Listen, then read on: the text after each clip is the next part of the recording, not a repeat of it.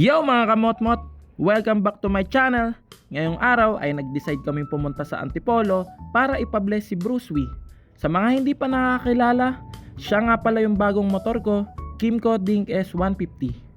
Kakakuha ko lang din ng ORCR this week after a long waiting month, kaya finally makakagala na tayo ng walang kaba sa checkpoint. Sa oras na ito, binabaybay na namin ang sumulong highway at malapit na rin kami sa Antipolo Cathedral.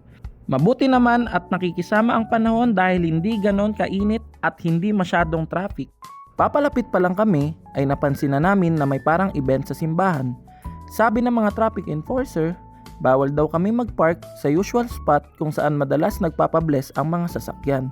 So ayun, sinabi nila magpark na lang dito sa McDo at si Father na mismo ang lalapit sa motor para i-bless. Honestly, hindi ito yung ine-expect kong setup para sa blessing. Pero syempre, kailangan nating sumunod. Ang mahalaga, mapabless si Bruce Wee para safe at guided ang bawat ride natin. Pagka-park namin, dumiretso na kami agad sa registrar para magbigay ng donation. Wala namang nagbago sa proseso. Mabilis lang din kasi walang masyadong tao at walang pila. After namin makapag-donate, binigay na namin agad yung donation slip. May naka-assign na rin agad na magbe-bless kay Bruce Wee. Kinuha na lang yung holy water, then sabay lakad kami pabalik kay Bruce Wee na nakapark sa McDo. Binuksan ko na rin ang compartment at top box para pati loob mabless din. Syempre, buong motor na to dapat.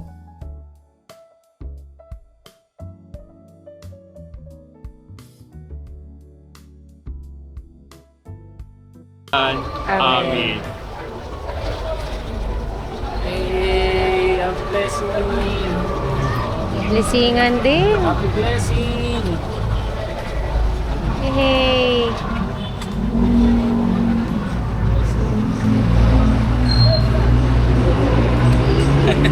Ikaw naman.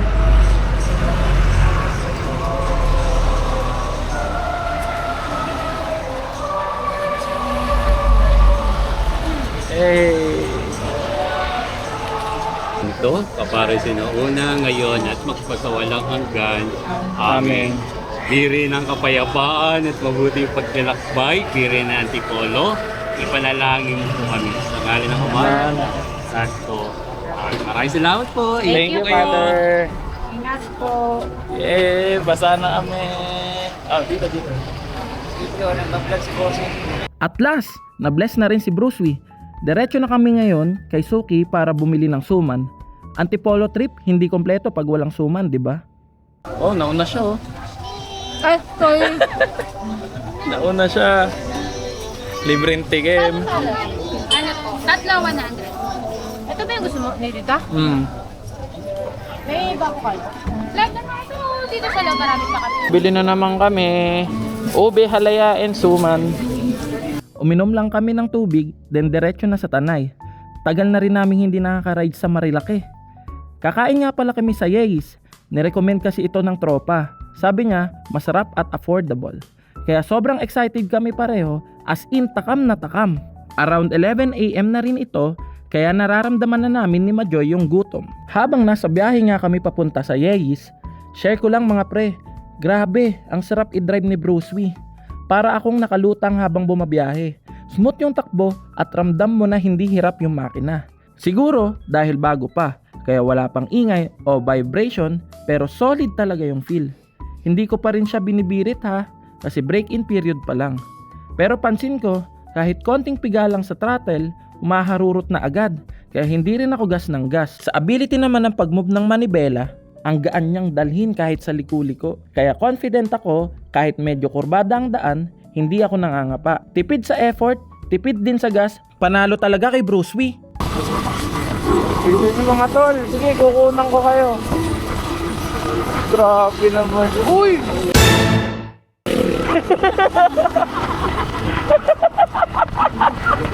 Uy! Uy! Uy! Grabe kayo mga. Uy!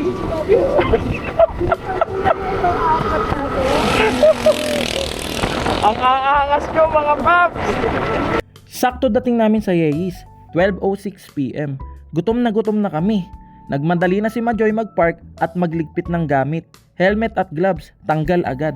Ako naman, napatingin sa wall nila. Ang daming stickers, ang saya. Soon, makakadikit din tayo dyan. Pagpasok namin, napansin ko agad na ang cozy and relaxing ng place. Yung tipong mapapakain ka ng extra rice kahit hindi mo plano. Buti, nakahanap agad kami ng table, then umorder na kami. Yung mga in-order namin, Ye's Pizza Overload, beef salpika with 2 rice, at syempre, 1 coffee kasi inaantok daw si Majoy sa biyahe. Super comfortable daw siya kay Bruce Wee. Ang lambot daw ng upuan at ang presko pa ng hangin. Grabe! Ang sarap ng pagkain, promise. At affordable din. Hindi umabot ng 1K bill namin.